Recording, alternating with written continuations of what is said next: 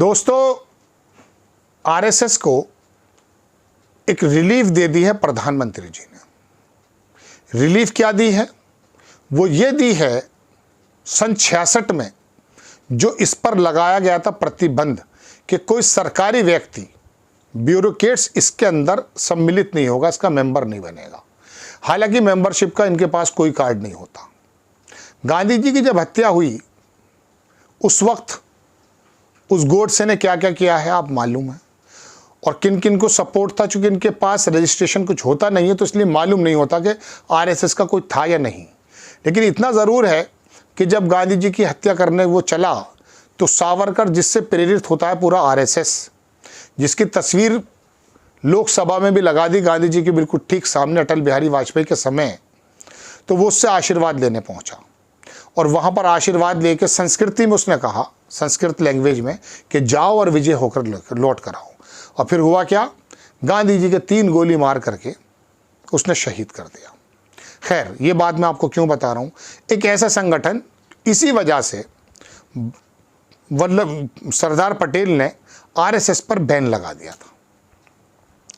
बहरहाल वो फिर उसके बाद हटा भी दिया गया।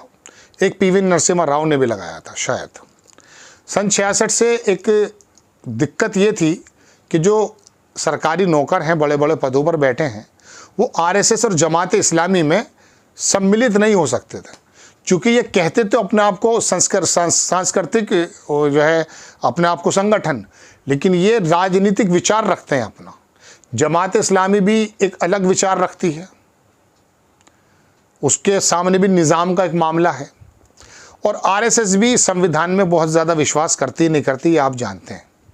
तिरंगा कितने साल उन्होंने अपने यहाँ नहीं फहराया ये भी आप जानते हैं। मनुस्मृति और संविधान के बारे में ये क्या क्या लोग कह चुके हैं ये भी आप जानते हैं। तो ऐसे समय में अधिकारियों की नेकर पहन के अगर वो वहाँ पर लाठियाँ फटकारने लगेंगे, इजाज़त मिल गई है।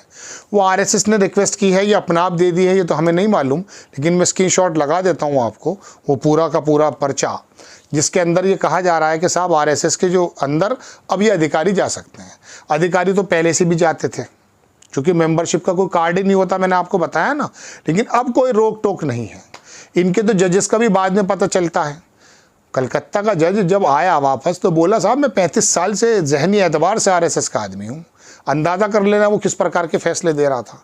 और फिर वो आया, चला गया, बीजेपी भी ज्वाइन करते हैं, बहुत सारे काम करते हैं।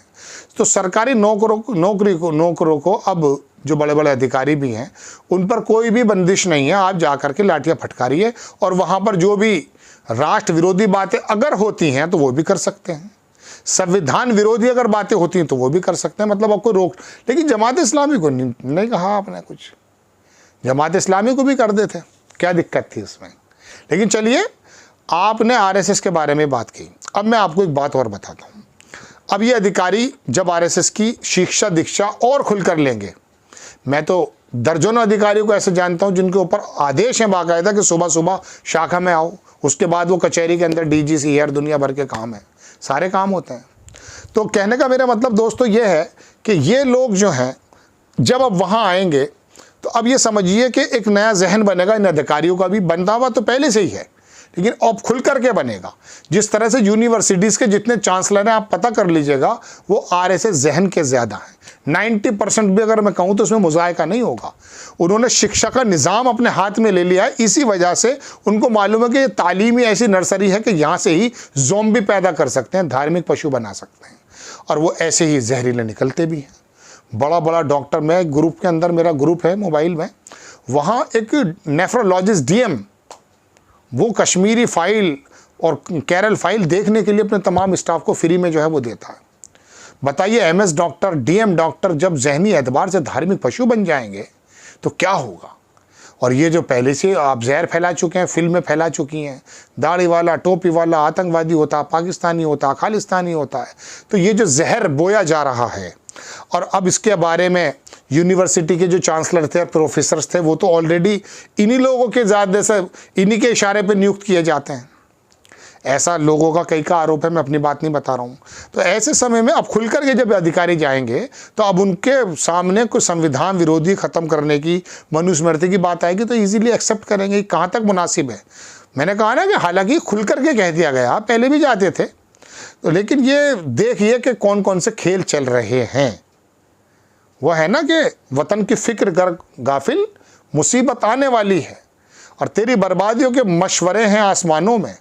न समझोगे तो मिट जाओगे हिंदुस्तान वालों, तुम्हारा नाम भी ना होगा दास्तानों में। आपको खबर अगर अच्छी लगती है बराए करम इसको लाइक करें, इसको स्प्रेड भी करें, सब्सक्राइब भी चैनल को करें। नेक्स्ट टाइम किसी खबर के साथ हाजिर हो जाता हूँ। जय हिंद।